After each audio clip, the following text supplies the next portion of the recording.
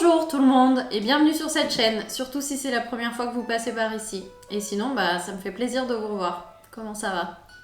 Alors je sais pas à quel point c'est vraiment représentatif du sentiment de l'ensemble de la société, mais il y a une grande tendance sur YouTube actuellement de vidéos de gens qui ne rêvent pas de carrière ou ne veulent plus travailler ou qui parlent de la grande démission.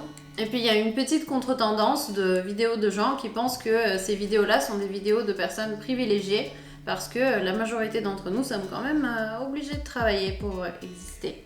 Je pense qu'il y a un équilibre à trouver entre je ne veux pas travailler tant que ce n'est pas par passion et je travaille pour survivre ou pour l'argent même si ça me fait trop souffrir. En tout cas pour les gens qui se retrouvent pas dans ces extrêmes-là. Comme par exemple, j'apprécie quand même pas mal mon travail même si il y a moult choses beaucoup plus importantes dans ma vie. Ou alors, tiens, je me vois bien passer au 4/5e un de ces jours, je vais voir comment je peux faire. Et aujourd'hui, j'aimerais bien vous aider à vous sentir même un tout petit peu mieux dans votre travail en vous aidant à identifier peut-être ce qu'il vous faut ou ce qui vous manque et puis des petites choses que vous pouvez faire pour y faire face et vous rapprocher progressivement d'une relation plus sympathique avec votre travail ou d'un meilleur travail. Et pour être honnête, je fais cette vidéo autant pour vous que pour moi. Et puis si vous êtes vraiment convaincu qu'il n'y a plus rien à faire, je ferai une vidéo dans le futur sur ce qu'il faut faire pour préparer sa démission.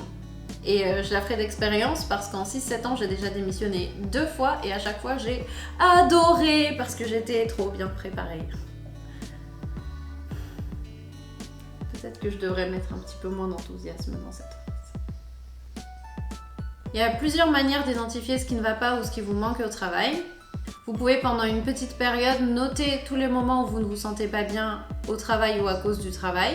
Revenir sur votre liste avec un petit peu de recul a posteriori pour un peu distinguer ce qui en fait n'était pas grand chose de ce qui vous fait vraiment de la peine et qui vous tient vraiment à cœur. Vous pouvez aussi juste prendre un moment pour vous poser et réfléchir aux idées que je vais vous présenter de potentiels problèmes avec votre poste ou avec votre environnement de travail et je vais essayer aussi de vous proposer des solutions parce que sinon ça ne sert à rien. Une grande partie des idées tourne autour de la motivation parce que c'est ce qui rend le réveil difficile et qui donne envie d'être vendredi soir plutôt que lundi matin.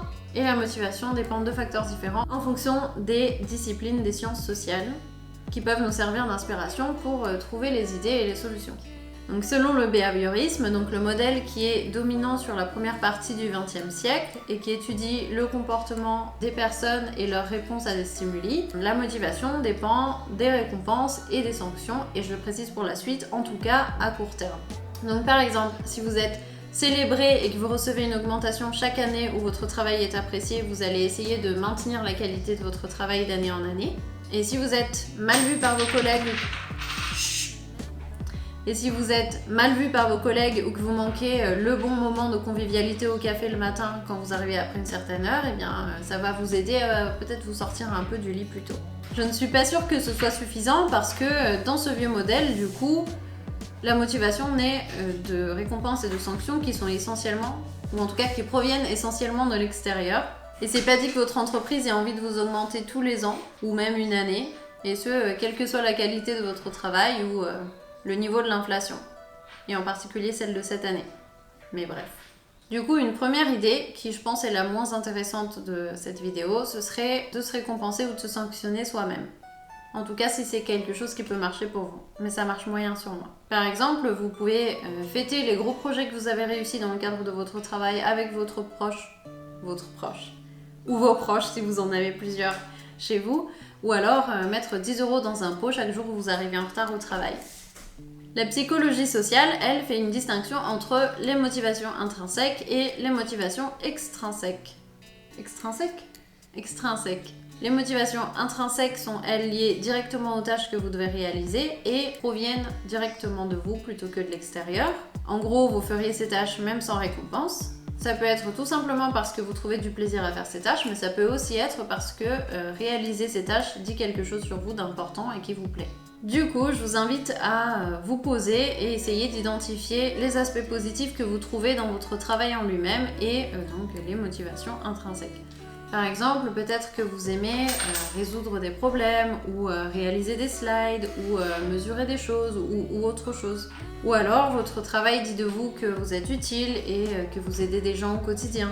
Ou alors votre travail dit de vous que vous avez du pouvoir et que vous avez une bonne place dans la société. Ou alors, en prenant des raisons peut-être un petit peu moins directes, peut-être que votre travail dit de vous que vous êtes une super mère célibataire qui déchire tout pour offrir le meilleur des conforts à ses enfants. À vous de voir. Les motivations extrinsèques que sont les récompenses et les sanctions vont avoir un impact négatif à long terme sur votre motivation parce qu'elles vont déplacer votre attention de la satisfaction à réaliser le travail en lui-même vers ces récompenses ou ces sanctions. Donc par exemple, vous serez beaucoup plus performant et motivé à essayer de résoudre un casse-tête si vous le faites purement pour le plaisir de vous dépasser et de relever le défi, que si c'est parce qu'on vous promet une rémunération en contrepartie. Et il y a des expériences sociales autour de ça. Et si après vous être reposé, vous avez vraiment du mal à trouver des motivations intrinsèques, c'est peut-être parce qu'il n'y a pas une bonne correspondance entre votre poste et vous. Peut-être que vous ne vous épanouissez pas dans votre poste parce qu'il y a un écart entre votre poste et vos valeurs, c'est-à-dire entre ce que le poste représente pour vous et ce qui est important pour vous. Par exemple, peut-être que pour vous il est important d'être honnête, alors que votre poste nécessite de vendre des produits en lesquels vous ne croyez pas du tout.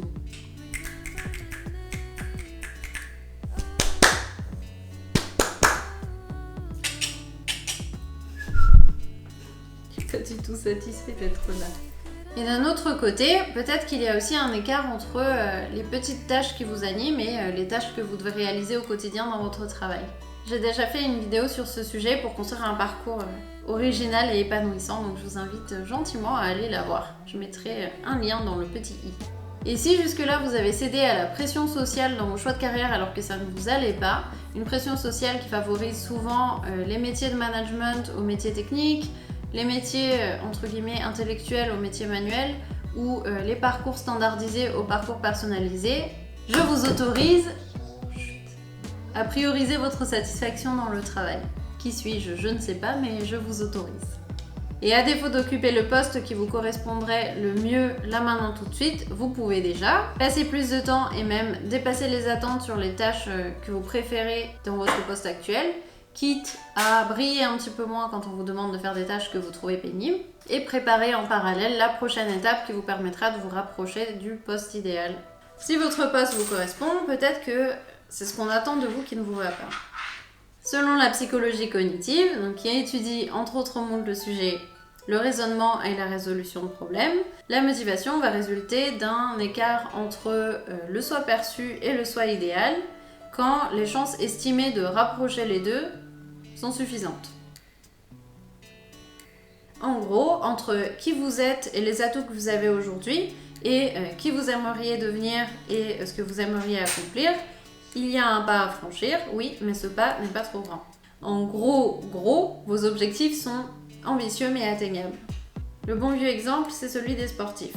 Pour un professionnel qui s'entraîne tous les jours depuis des années et qui a déjà gagné de grosses compétitions, devenir champion du monde, c'est un objectif qui est motivant. Et pour un amateur qui fait du sport 1 heure par semaine, devenir champion du monde, c'est une grosse blague.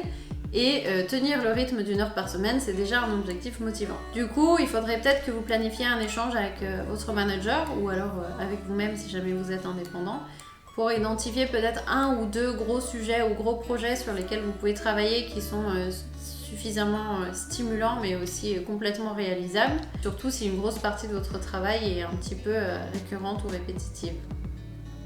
C'est la même chose. Et si vos objectifs vous conviennent, peut-être que le problème en fait c'est qu'on ne vous donne pas suffisamment d'autonomie pour les atteindre.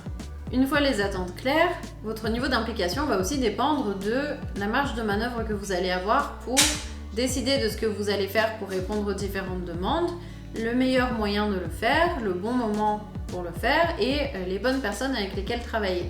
Si vous n'avez pas beaucoup de marge de manœuvre à grande échelle, par exemple parce que vous avez des deadlines qui vous sont imposées par l'extérieur ou votre hiérarchie ou je ne sais pas quoi, alors il faut que vous en ayez au moins à petite échelle, par exemple pour organiser votre journée ou votre semaine. Et si vous pensez qu'on ne vous donne pas suffisamment d'autonomie, alors vous allez devoir passer par une petite phase challenge pendant laquelle vous allez devoir essayer de gagner la confiance des personnes avec lesquelles vous travaillez. Soit en rendant systématiquement ce qui vous est demandé sans vous faire relancer et nickel chrome, une expression d'une autre époque, soit en profitant d'un sujet qui vous a été confié et sur lequel on vous a donné un petit peu d'autonomie pour dépasser les attentes, soit, et je pense que c'est le mieux, en apportant quelque chose qui ne vous a pas été demandé du tout, et ça c'est vraiment le plus cool parce que du coup vous pouvez choisir ce que c'est et vous éclater, mais il faut que ça ait un rapport avec votre travail.